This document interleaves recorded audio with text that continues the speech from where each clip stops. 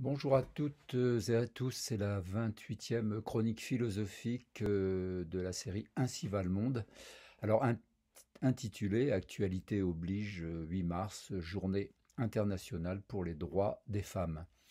Officialisée par les Nations Unies en 1977, la Journée internationale pour les droits des femmes trouve son origine dans les luttes des ouvrières et suffragettes du début du XXe siècle pour de meilleures conditions de travail et le droit de vote partout dans le monde.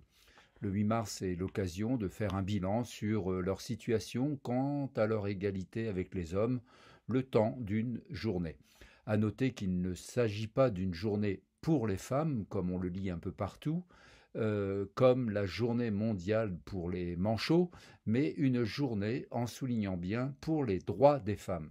La nuance est de taille, surtout lorsqu'on voit la notion de droit escamotée dans tous les discours et leurs supports médiatiques. Parler des femmes n'a pas le même sens que parler des droits des femmes. Quant aux droits des manchots, nous verrons plus tard. Les femmes travaillent toujours 1 mois et demi de plus que les hommes sans être payées, pour celles bien sûr qui ont un emploi. Sinon, elles ont toujours le travail à la maison, bénévole celui-là, comme celles qui travaillent à l'extérieur d'ailleurs, mais qui cumulent les deux. Après, il faudra encore distinguer entre femmes et femmes.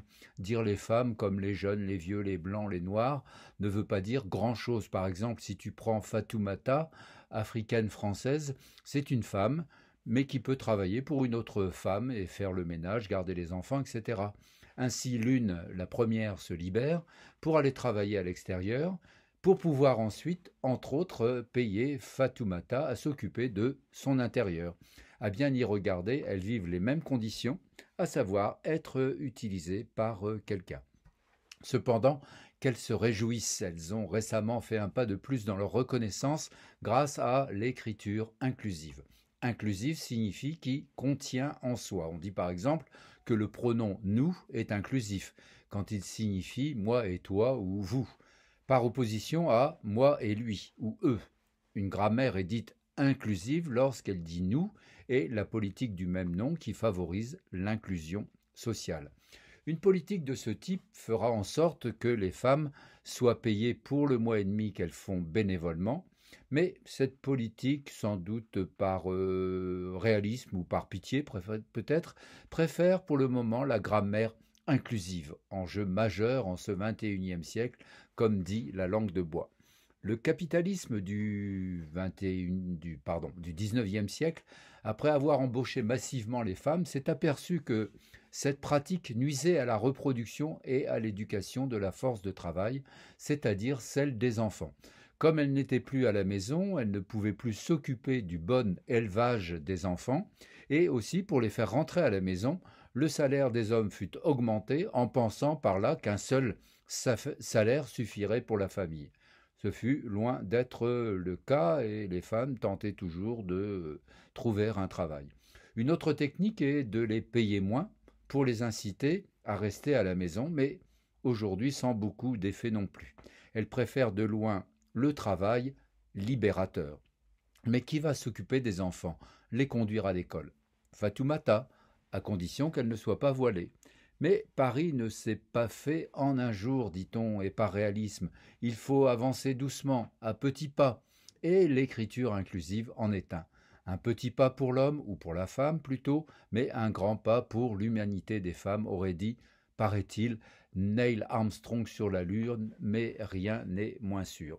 Inclusif se dit d'un texte, d'un style de rédaction qui privilégie les formulations qui incluent, de manière implicite ou explicite, les deux genres, féminin et masculin. Il s'agit alors d'une écriture inclusive.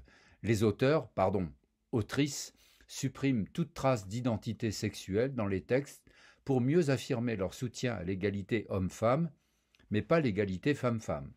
Ainsi, d'après Isabelle Grégor, dans la revue Hérodote, écrire On appelle les électeurs aux urnes revient à nier le droit de vote des femmes qui, bien sûr, n'ont pas compris qu'elles aussi font partie des électeurs. Elles ne sont pas des manchots. Et maintenant, on inclut à tour de mots, sinon de bras. Ainsi, les hommes et les femmes sont belles, parce que belle est plus proche de femme, dans le texte, que d'hommes. Si vous inversez, ce sont les hommes qui deviendront beaux.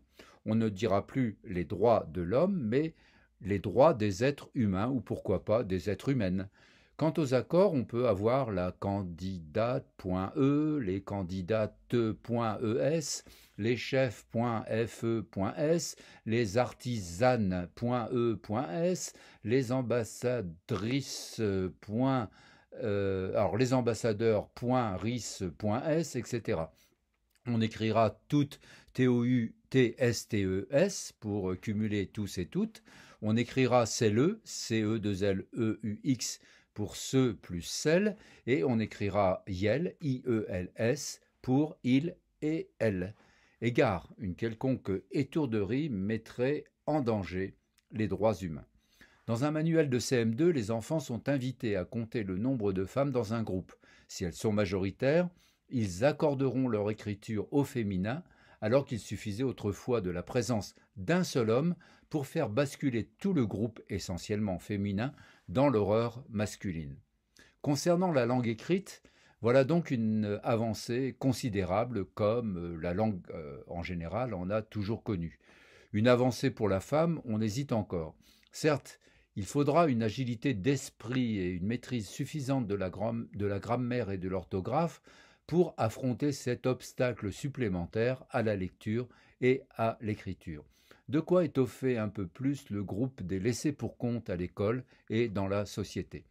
Pour la femme Fatoumata, écriture inclusive ou pas, ça ne change rien, elle ne sait ni lire ni écrire, elle est invisible comme ses frères de couleur qui vident les poubelles un peu partout et ailleurs et trouent la route au marteau-piqueur. Ainsi va le monde.